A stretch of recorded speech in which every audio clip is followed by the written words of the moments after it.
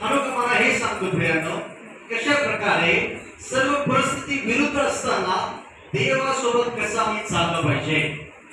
Hallelujah. Hallelujah. सर्व परिस्थिती विरुद्ध असताना आम्ही कसं देवाबरोबर चाललं पाहिजे. आमेन. आमेन.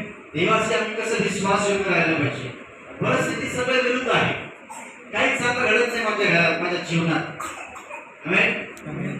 तुम्हाला माहिती आहे का, हनोकच्या काळामध्ये जग पापाने भरलेलं आहे. हालेलुया. हालेलुया. देवाजवळ प्रार्थना करणारा कोणी नाहीये.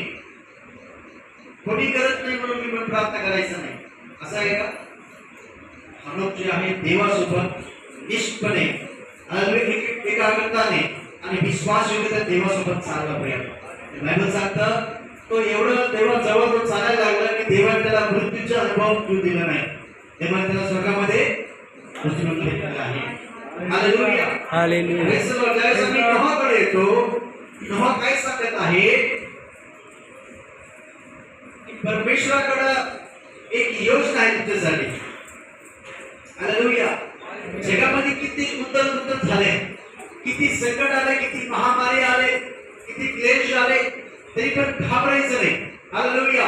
तुम्हाला विश्वास ठेवायचा की देवाकडे माझ्यासाठी एक योग्य योजना आणि परिस्थिती आहे.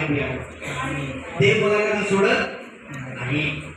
त्यासाठी येतो दावीदकडं मला हे शिकायला भेटलं प्रियानो की कशा प्रकारे आम्ही नेहमी आमच्या हृदयामध्ये देवाला ठेवलं पाहिजे, देवाला प्रथम स्थान दिलं पाहिजे. हालेलुया.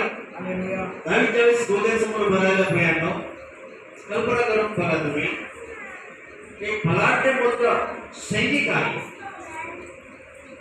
गोल्यात युद्धामध्ये एक कसलेला सैनिक आहे प्रिया. गोल्यासोबत तुम्ही लढू शकता. अशोक भाई आप जरा आगे आ जाओ. आप गोले से लड़ सकते हो, गोले से. ओके. और यहाँ पे जोएगा जाएगा इधर खड़ा है. गोले इधर है सर के सामने.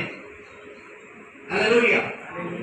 ये गोलेत है. ये भाई का नाम अशोक है, गोलेत नहीं है. मैं आपको समझाने के लिए बता रहा हूँ. इसका नाम गोलेत है आणि तुझं नाव काय आहे. दाऊद. काय आहे. आज दावीद काय करायचं माहितीये का, जंगलामध्ये शेरडे मेंढरे चालायचे. त्यांनी कधी तलवार उचललेली, कधी ढाल उचललेली नाही. त्याला युद्ध काय ते माहित नाही. तो कुठं आहे, जंगलामध्ये. तो शेरडे मेंढरे चालत आहे. एक दिवस कोल्ह्यात आला. त्याची तलवार जवळजवळ 10-15 किलोची तलवार, ढाल त्याचं 20-25 किलोचं ढाल आहे.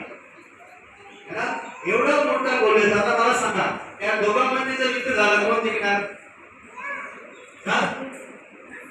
दोघांमध्ये युद्ध झालं तर कोण जिंकणार. हे जिंकणार. कारण का, याची उंची ताकद फार अफाट आहे. या माणसाला त्याच्यासोबत जाणं म्हणजे किती मोठं चॅलेंज आहे. हालेलुया. हालेलुया. दावीद हे शिकवतो की मी ज्यावेळेस माझ्याकडे काही नसताना, मी ज्यावेळेस एकटा आहे, त्यावेळेस मी कोणासोबत आहे.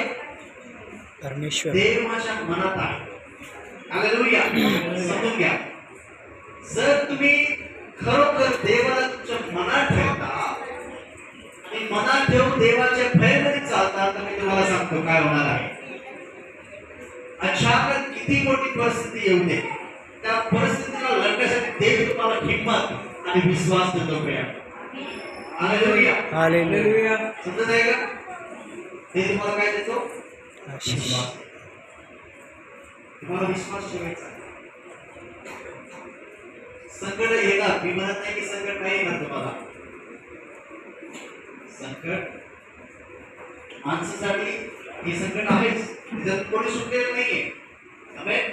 परंतु दावीद जे आहे तो प्रत्येक वेळेस देवाला सोबत घेऊन चालायचा. त्याच्या मनामध्ये परमेश्वराचे वचन असायचे, परमेश्वराची भक्ती त्याच्या मनामध्ये.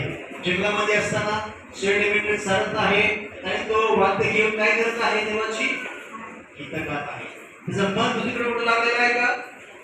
त्याचं मन कुठं लागलेलं आहे, देवाकडे लागलेलं आहे. शेरडे मेंढरे चालत असताना अचानक एक दिवशी एक अस्वल आला, छोटासा मुलगा. त्याला एवढी हिंमत आली, ते जाऊन त्या अस्वलाला मारून टाकलं. एक दिवस वाघ आला, प्रिया शिव आला, त्याला एवढी हिंमत आली, हा छोटासा मुलगा जाऊन त्या वाघाला मारून टाकला. तो साक्ष देत आहे, काय देत आहे? यहोवा परमेश्वर तो माझ्या सोबत आहे. हालेलुया. हालेलुया. आता त्या गोलियतसोबत लढायचं आहे, त्याला हिंमत कुठून आली? देवाकडून. का देवाकडून आली त्याला हिंमत? जन्मामध्ये एक दिवस अस्वल आला, त्याला मारण्यासाठी देवाने त्याला हिंमत दिली. आता मला सांगा, लढण्यासाठी हिंमत हे मनामध्ये यावं लागतं. जर तुमच्या मनामध्ये विचार नाही आला की मी याच्यासोबत लढणार आहे, तर तुम्ही लढू शकत नाही. Hallelujah. Hallelujah. Praise the Lord.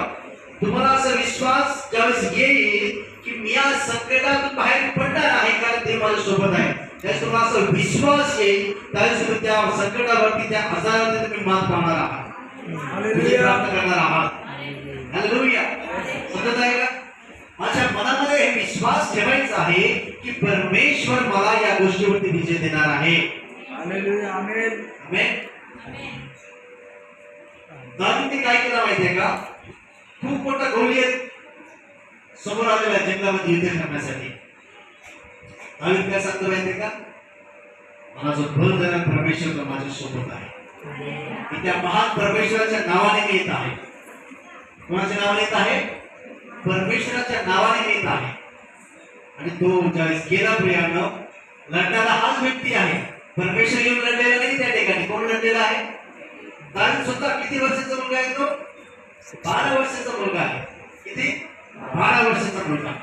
आणि जो गोलियत आहे 7.5-8 फूट जो उंच आहे, काय किंवा त्याच्यापेक्षा जास्त उंची असेल त्याची, एकदम दिलपाड, कोणी योद्धा त्याच्यासोबत टिकत नाहीये प्रियानो.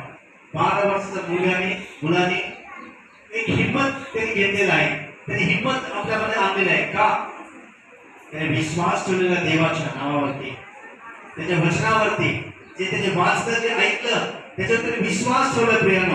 ठीक नाही, परमेश्वर जर माझ्या सोबत आहे तर या परिस्थितीला मी मात देऊ शकतो. हालेलुया. हालेलुया. तो त्या ठिकाणी डोंगर घेऊन, दगडे घेऊन गेला. आणि बायबल सांगतं की त्यांनी आले तर किती दोंडे घेतले? 5 दगडे घेतले त्यांनी. एक दोंडा त्यांनी त्या डोंगरमध्ये टाकला आणि गडगड फिरून त्यांनी फेकला, तर तो दोंडा डायरेक्ट जाऊन डोंगराच्या कपाळात लागला. नाव परत केला छोटासा मुलगा. त्याने त्याची तलवार उचलत नाहीये. त्याची तलवार जेवढं दावीदचं वजन आहे तेवढंच ते तलवारची वजन आहे. म्हणजे प्रभू मला ताकद दे. त्याची तलवार घेऊन त्याचाच मुलगा त्याने म्हणायचं गोलियत. ही बायबलमध्ये दिलेली एक खरी घटना आहे प्रिया. मी तुम्हाला काय या दिवशी देऊ शकतो प्रिया? तुम्हाला मी काय समजू शकतो? ऐकून घ्या.